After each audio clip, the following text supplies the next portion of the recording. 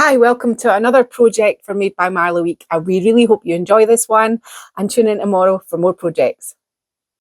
Okay, kicking off today's project, I'm going to be using the Wonderland Toile, which is just a sort of toile I made and I put Alice on it. And I thought, this is quite funky. So there's 3 sheets like this in a pack.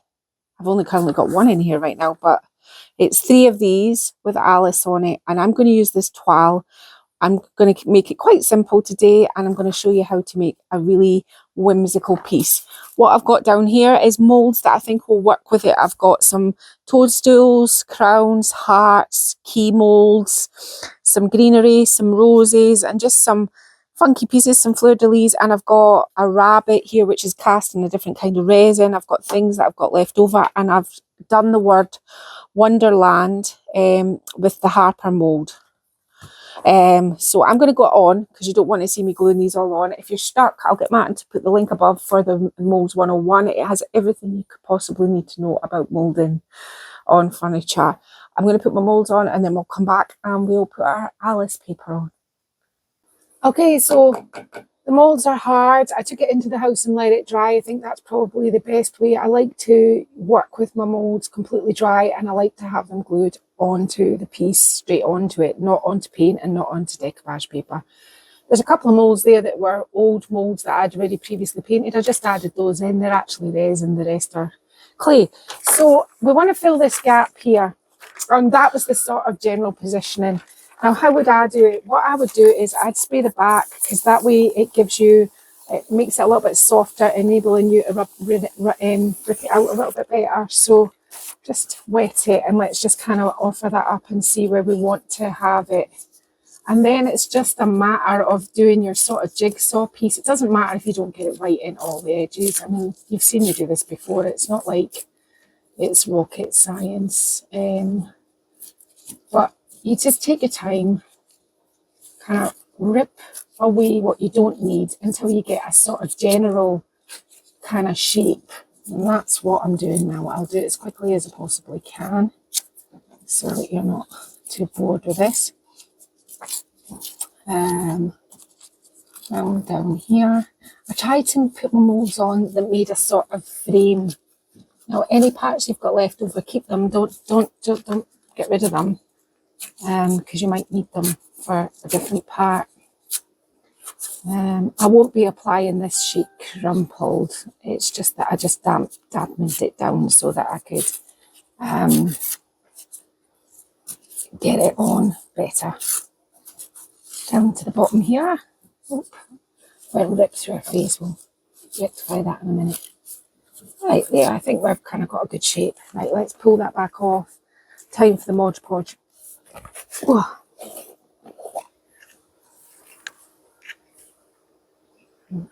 Now, I haven't ripped right close up to the moulds, but put your glue up to your moulds, because just in case there's bits that touch.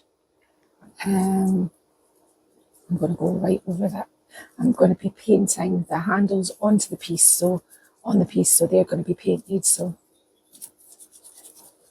and these cute little pot covers make you can go do as little or as much as them, and you really go to town. And I think I'm going to make this quite a glamorous sort of piece. Well, I'm hoping. It's not really the words that you think about when you think about me, but never mind. Right, okay. Here we go. And let's just kind of see if we can remember where this all went. Didn't obviously rip up here. So we'll just take this edge off. Let's get it on first, because we want this to get on without any wrinkles. So let's, same procedure, start from the centre and rub out. And this is just me finessing around any parts that I didn't get the first pass. It just saves you kind of a whole load of kind of messing around with it if you kind of do that sort of rippy part first. Well, that's what I always think anyway. I mean, you probably have your own ways of dealing with this. I mean, I know a lot of my customers just put the moulds on top of the paper and don't worry too much, but obviously I'm selling a lot of furniture and I never ever want it to be that a mould comes off. So Just fixing her face there because I ripped through it a minute ago. And it is very forgiving, which means if you do a little faux pas and you have ripped through somebody's face, you can just fix it. I think it's worth talking about this again, the whole molds onto the surface, not on top of the paper, because you've experimented with this many times, and the only time a mold has ever come off of something is when the mold has been put on top of. Actually, I can prove it to the audience, because do you remember I did the circus piece? It was really popular, and I said, I'm breaking all my rules. I'm sticking the molds on top of the paper. I'll show you the piece. Now, I wouldn't say that I've been overly robust. I certainly haven't been as robust as a family would have been with that piece. And I think there's 3 molds currently missing. Put that into context. I've never, ever once, in fact, I've told you this before, I've had to hit them off with hammers. There's a reason why you do what you do. But then I'm not the mold police. I mean, you do you, and I think that if that's what you want to do, then you do it. But it's just not for me. I feel my business is too important to me. For a customer to come back and say a mold's fallen off, I would be absolutely mortified. So I just don't do it. But on smalls, I'll do it. You've seen me do it on like things, like when it's, wall art and things like that. Wall art's not getting bumped around the way furniture does. And I mean, my grandson is a brilliant test for furniture art as far as I'm concerned, because he's brutal with it and he doesn't care that it's fancy or expensive, or he doesn't care. He just drives his cars around on top of everything, and my furniture always holds up, and it gets a battering, and everything in my house is not a scratch on it, because that's down to being sealed and being worked with in the way it should be. Right, okay, you can see that there isn't any wrinkles on this. I just want to show you there's not a single wrinkle on that at all. That's that part. For the sides, I'm just going to literally, I think I'll do it up into this join here. I'm just going to have it coming down, and I'll piece a piece on the bottom, and I'll do the same on the other side. Once I've done that, we're going to start painting it. So down here, I have a turquoise paint. This is not Annie Sloan's paint. This is a Rust-Oleum turquoise that I had over there, and I thought, I'm just going to give this a run out today. It's quite runny, this one, and I thought I keep putting it back because I think it's too runny, but I think it'll be nice because it'll get into all my molds. Now, I will have to come along with a small brush, and I'm doing all sorts of strokes so that I get all sorts of texture in my piece. And this is the colour because I thought this was a really good Alice colour. You can do whatever colour. I think yellow would be quite nice with this as well, I've got to say. So I'm going to put my decoupage paper on the side. I am just going to paint the top blue because we're going to do a stencil on top of there. I'm going to paint my feet a different colour, but I'm still going to undercoat them with the blue. So the next time you see it, it'll be 2 coats of this blue. The moulds will all be done up until there. The decoupage will be on the side and the top will be painted, and we'll get to pulling it all together. Okay? Okay, so what's happened? So I painted the moulds, and I'm going to show you exactly what I did. I picked out this sort of yellowy green colour in Alice's hair and the sort of yellow colour. It went a little bit greener because I'd obviously, when you think about when you put a brown or a yellow over blue, it's going to turn green, but this is going to be white waxed at the end. So that will then incorporate the sort of green with the white. So it looks a little bit off right now, but it's going to work out just fine. So let me show you the steps I did with the molds. So in here, it doesn't look very pleasant because I used it yesterday, but it is a little bit of Liquitex medium. Why do I use this? It just helps when a lot of people blend with water, and that's fine. You can use water and just some brown paint, but I'll use Liquitex because it helps my paint move more, and it sometimes can make your paint more opaque, which if you're just wanting to kind of gently put something over the top and you don't want it like solid. But also it's really good if you add alcohol inks in round molds, and sometimes your go-to with molds is just to stick some gold on them. But I want to work, the thing about making a good job with the molds, it's going to really make the paper pop. So it's a kind of, it's all one. So how do you do that? So I've got some Liquitex. and a little bit of brown alcohol ink and a little bit of a yellow alcohol ink. There they are there. They're just cheap alcohol inks. They're not expensive. Yeah. Popped it in a palette here, and I kind of kept the brown more to one side and the yellow to the other, and all I did was I just run it onto my molds. Now don't worry that there's paint around this. I did it quickly just so I could kind of show you. I've also painted the feet navy blue. Now I'm just taking that right down to the bottom. I don't care that if it's going on the blue, that's all okay just now. I'm dipping more in the brown now so that I can get more of a sort of browny shade up round here. Now while that's drying, I'll show you what I'm doing with the top half, because there's a few layers to go on this one. Just put a little bit more of that on there. So that's what I did with the molds. We'll finish off and make them look, I'll go through the whole process of how I got them to look like this. Now you can see this part is already blended, and I'm starting to work down this side. Now what am I doing? What colours have I got? I've got my original Rust-Oleum sort of turquoise colour, and on my palette, underneath here, I've got a few on the go, are my other colours for the blue. So I've got Giverny, which is this colour, nice bright sky blue, and I've got Oxford Navy, and I've got more Liquitex medium to help it all move. Now, the secret to doing something like this around molds is to work with a really small brush. So first of all, you need to think about your framing. So let's put a dark colour, but I'm dipping in the Liquitex to help it move. So that's the first thing I'm doing. So I've got my dark edge. Let's just carry that on up here. Then I'm dipping into my original. Really, I want it to be. And let's go round here. Now, we're just putting our colours on first of all. We'll come back and we'll blend it all in.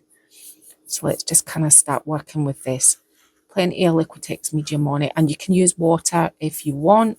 I'm just happen to use this because it's given me a lot more play time to enable me to play with the paint.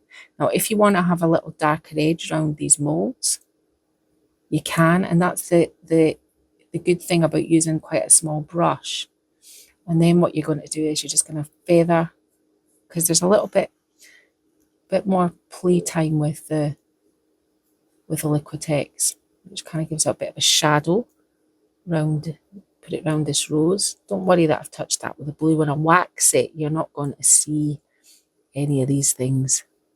So let's just kind of work that shadow out. The brightest colour, which is the Giverny, to highlight, you can see where I've highlighted here. If I pop a little bit of highlight in here, you'll see it, and maybe some highlight down here, maybe some here, and then let's work that in, just to highlight that little edge, and then let's just work that out. Now, this is just a matter of playing around with your paint. And this is the nice thing about things like this. This is a really small project, but let's be honest, the small ones you have to work a little bit harder at, because you really want them to look really good. So there's my dark blue. There's the blue I started with. Let's start blending this up with my little brush. Up into here. In and around here. Bring that back down. Now I can see I've eradicated too much of my navy, so I'm going to have to come back and put a little bit more navy down the bottom.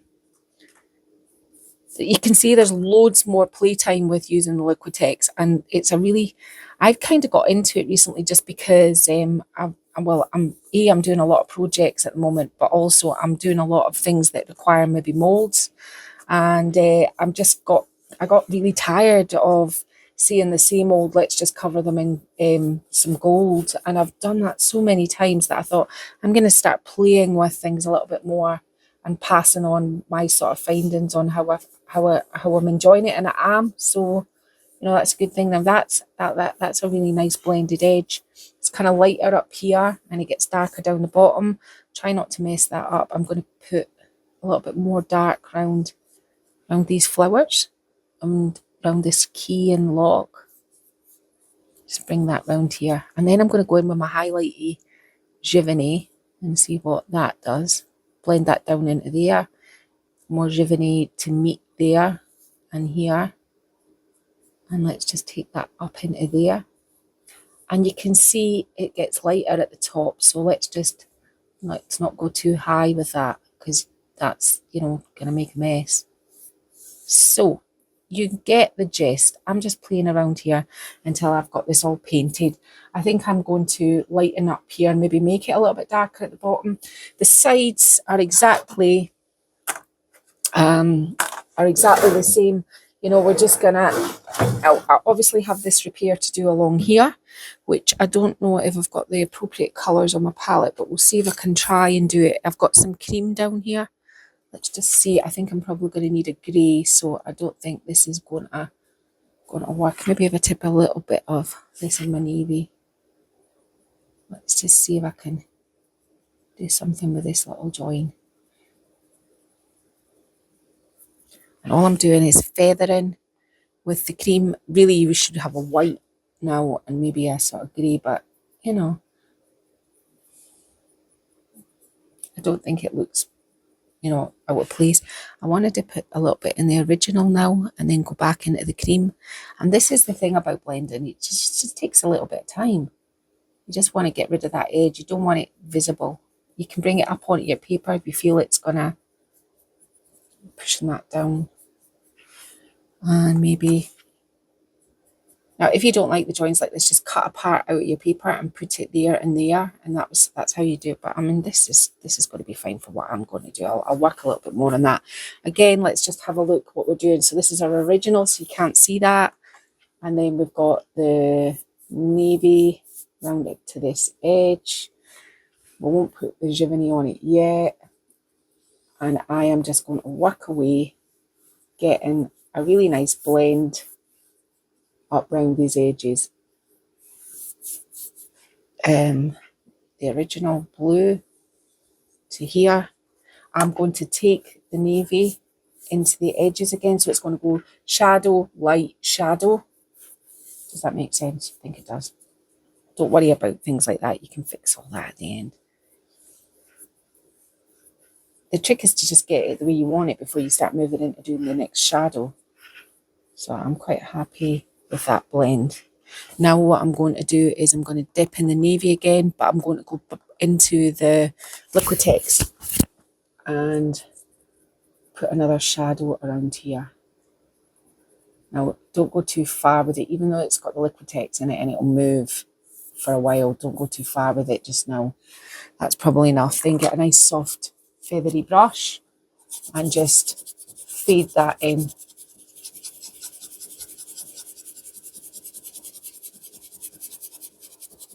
And if you've touched up against where your blend side is, just wipe your brush and just fix that.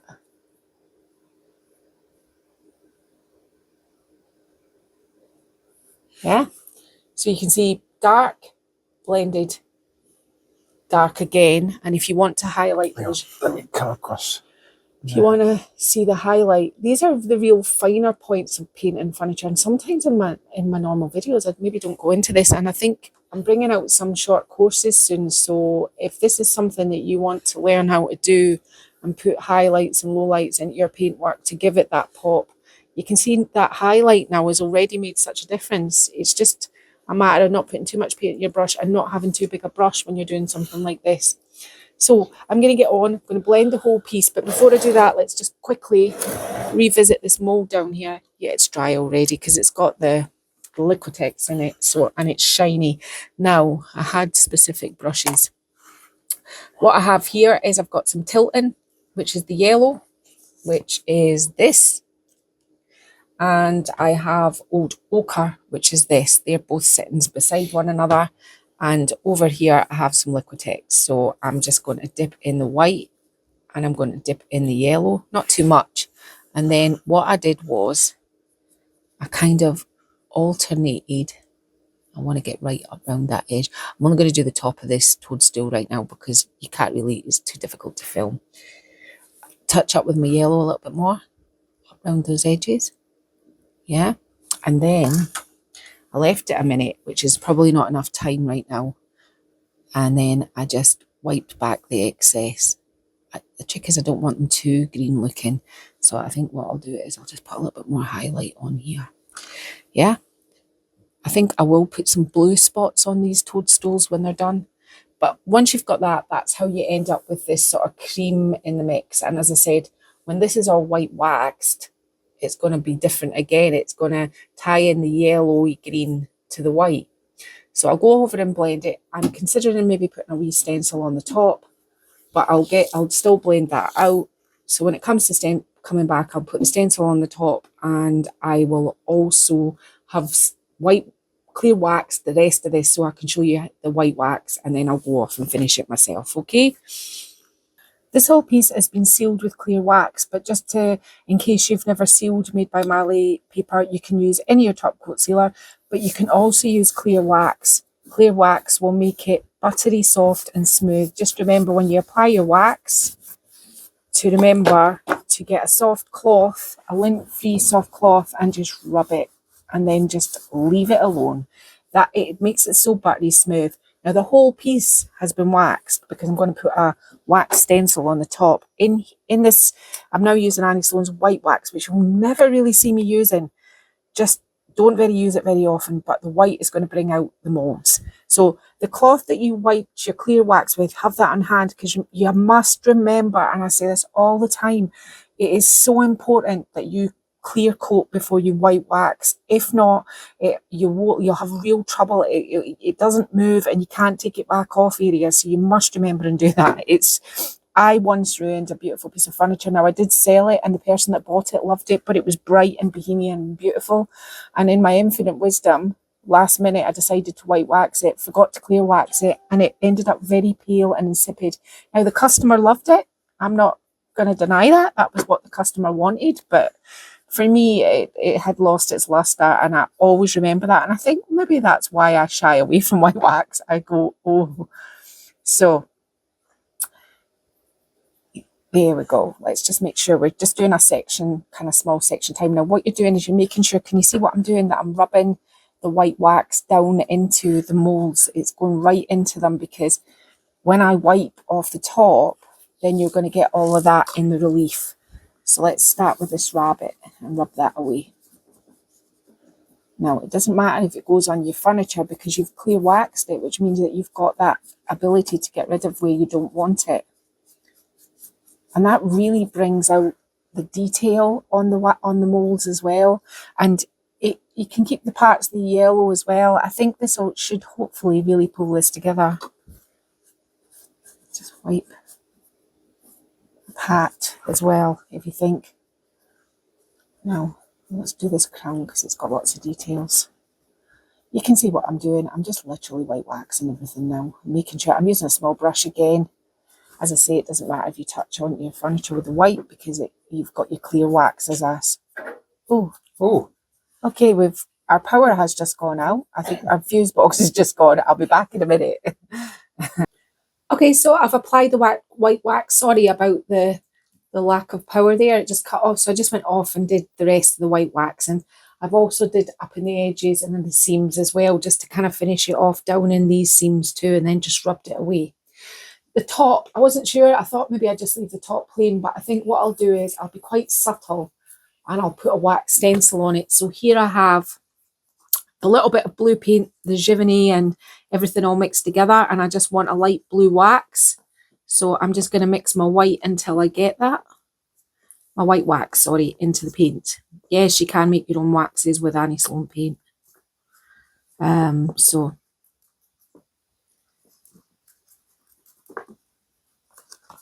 just have to kind of make sure that it's all incorporated. Now, I want that offload. I've got way too much on my brush. Just use the side here just now. So I've got my stencil up on the top here, and literally you're just going to get your your light blue wax, and you're just going to put it into the apertures of your stencil. I'm asked about it. I've got videos of this where I've done this before on the tops of furniture. You just let it dry with the rest of your wax and it'll cure just nicely and it'll be fine.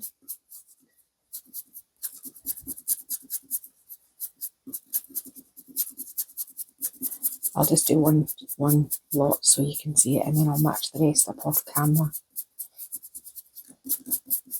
It should be quite subtle. It won't be in your face because the colours underneath are kind of, there was a blend, so around the edges you'll see it a little bit stronger, but in the centres where it's got lighter, it should be less in your face. I just wanted something easy and subtle, because it's a cute little piece. It's turned out quite nice, and it was just a small. I mean, I don't know how much I paid for this little pot cover, but it wouldn't have been much. Martin, have you any idea? I do. It was part of that big lot that we bought, so about a tenner. Yeah. Worked out to about £10 per piece. And some of those big pieces were bigger. Yeah. You know, so this was one of the smaller pieces, but, Yeah. but averaged out about £10 each. It was a good deal. Yeah. Right. So there we go. Just got these last two here to do. And obviously you can use a wax brush for this. Just smooth them out. Right, I'll show you how this looks. Oh, if I can get it off the furniture. Like that. We are this little part here, because we've already clear waxed it, has smeared it. Just get rid of that and then just realign your stencil. So I'm going to get on and do this, and then we'll let this dry a bit and we'll get it staged up, okay? Okay, so we're finished. What did we do? We put the moulds onto the bare wood, and then we applied our Wonderland Toile from the new collection on the front and the sides. And then I did some detailing with the moulds. I got Liquitex medium and added the ink into it to get that sort of grubby yellowy brown of her hair and her dress. Then what did I do? I put a cheeky little blend around it, kind of darkened at the bottom, lighter, highlighted, and put some white wax in it. I ran a little bit of that blue wax into there as well, which you didn't really see me doing. And on the top, I did a wax relief stencil just by adding a little bit of white wax to my Giverny Annie Sloan chalk paint at the end. That was it. It has all been sealed with wax, remember, before you do your stencil and you do your white wax. That's really important. But that's been it for today. That's been with the Wonderland Toile paper. I hope you've enjoyed this video, and tune in for more.